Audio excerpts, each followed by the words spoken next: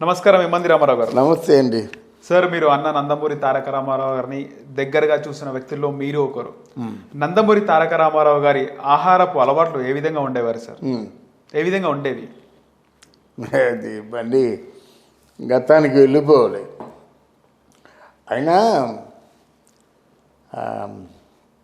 బదుల్లా రోడ్లో లక్ష్మీ నిలయం ఎన్టీ రామారావు గారిది.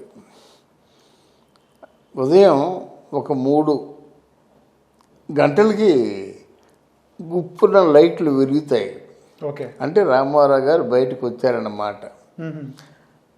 ఆయన ఆ లుంగీ పని తిప్పేసి గోచితో ఉంటాడు. ఆయన 3 ఉదయం గోచితో ఉంటాడు.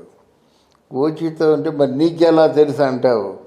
మొదటి రోజుల్లో ఆయన దగ్గర పని చేసినప్పుడు 3 గంటలకు వెళ్తే కానీ ఆయన దర్శనం రాదు.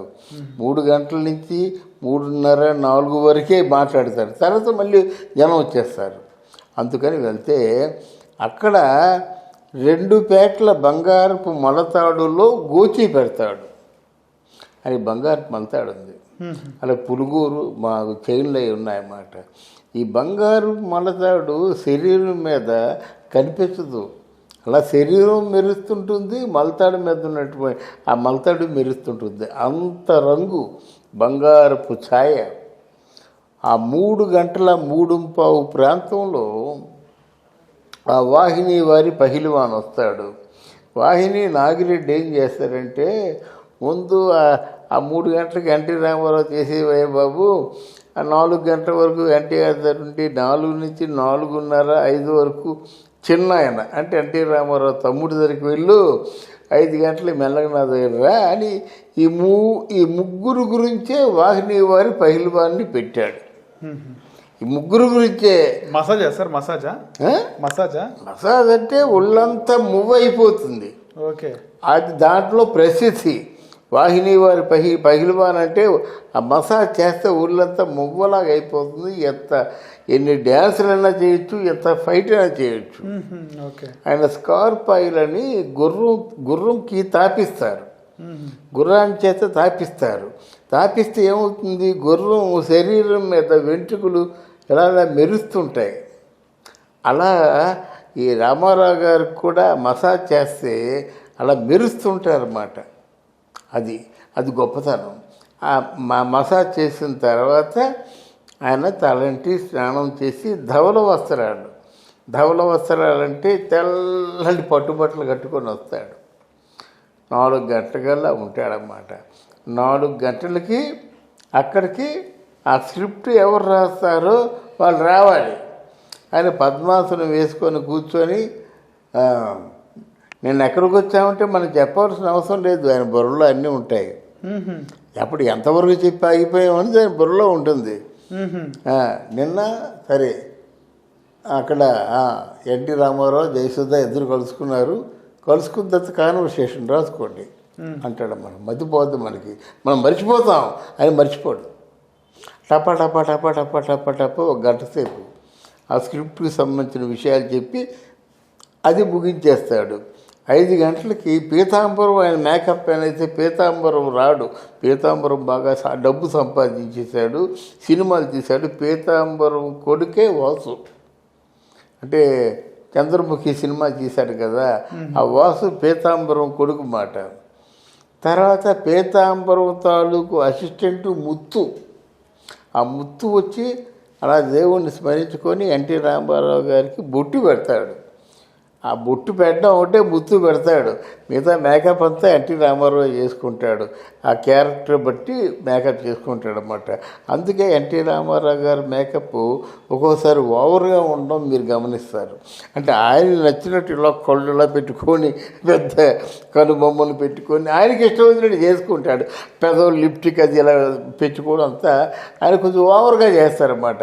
ఆయన ఎవరు చెప్తారు, ఇది కాదండి, ఇది ఎలా చేయండి అని ఎవరు చెప్తారు, ఎవరు చెప్పరు.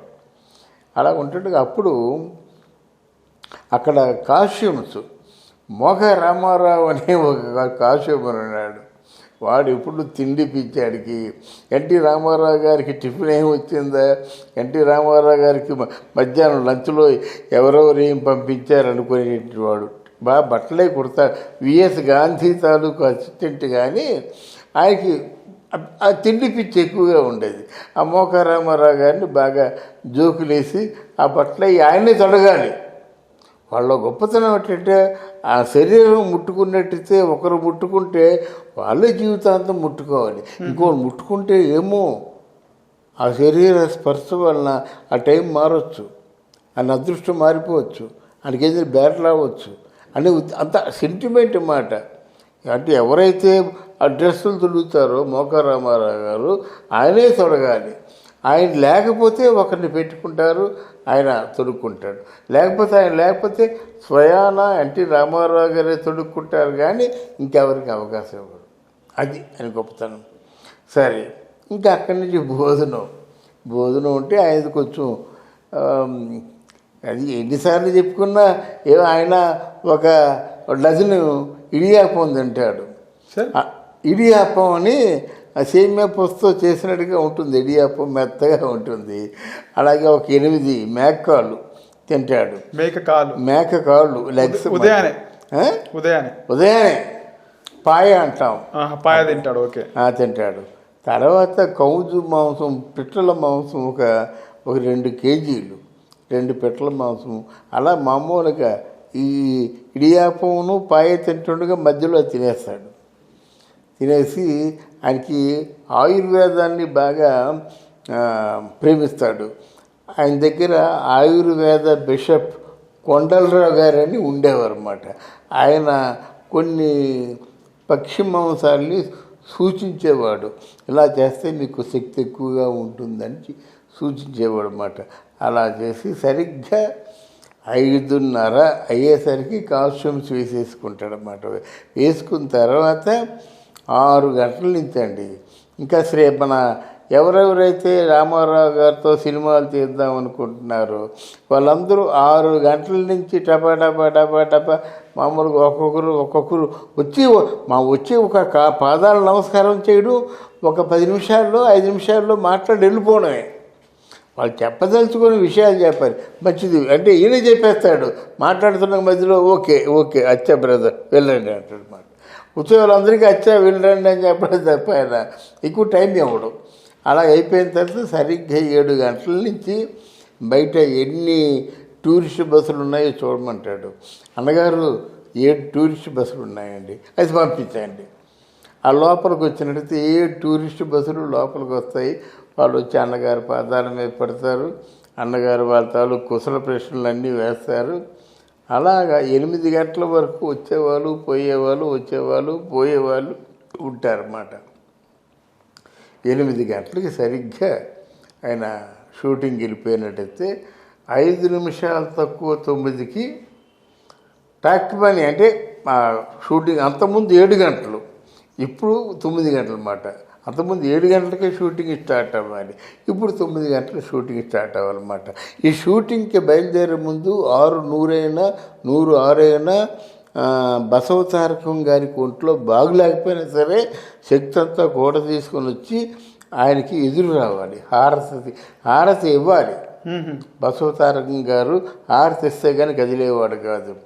అలాగే హారతి ఇచ్చిన తర్వాత ఈయన ఎవరు మన భూతాల రాజు వచ్చి దిష్టి తీసి నీరు బయట పారబోసేయాలి.